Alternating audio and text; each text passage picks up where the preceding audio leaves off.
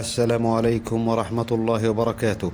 بداية لا تنسى الصلاة والسلام على سيدنا محمد عليه أفضل الصلاة والسلام، ولا تنسى دعم هذا المقطع بالإعجاب ثم بالاشتراك في القناة لتتابع معنا أهم الأحداث.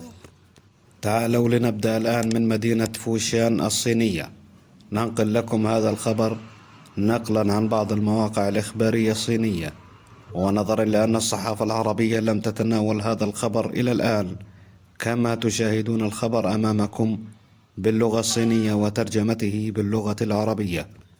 فبعد الإعصار الذي ضرب كوانغاشي قبل أيام، يأتي إعصار آخر ليضرب مدينة فوشيان الصينية في صباح هذا اليوم 19 من شهر يونيو لسنة 2022.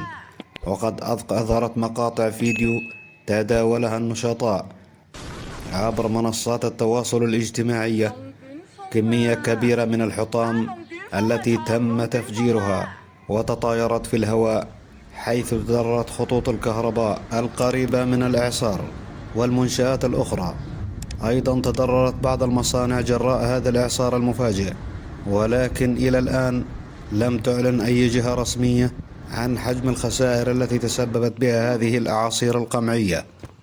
أما عن الخبر الثاني ننقله لكم نقلا عن الكثير من المواقع الإخبارية العربية، منها موقع جريدة اليوم السابع، كما تشاهدون الخبر أمامكم، حيث وقع ظهر يوم الجمعة الماضي انفجار في المسجد الرئيسي بمنطقة إمام صاحب بمحافظة قندوز، مما أسفر عن وقوع ضحايا ومصابين.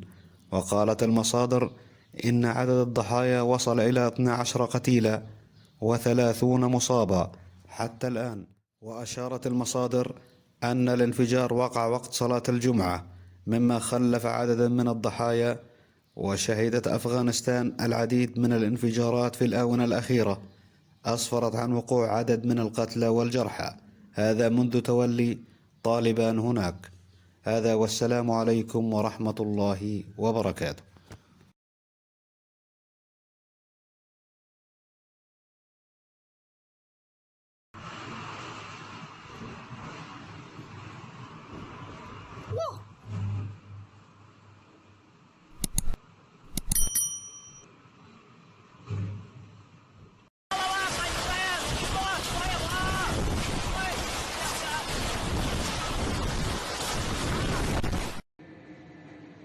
龍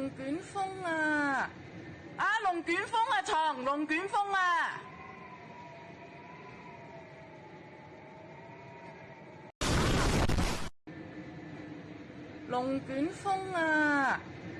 龍捲風啊，床龍捲風啊！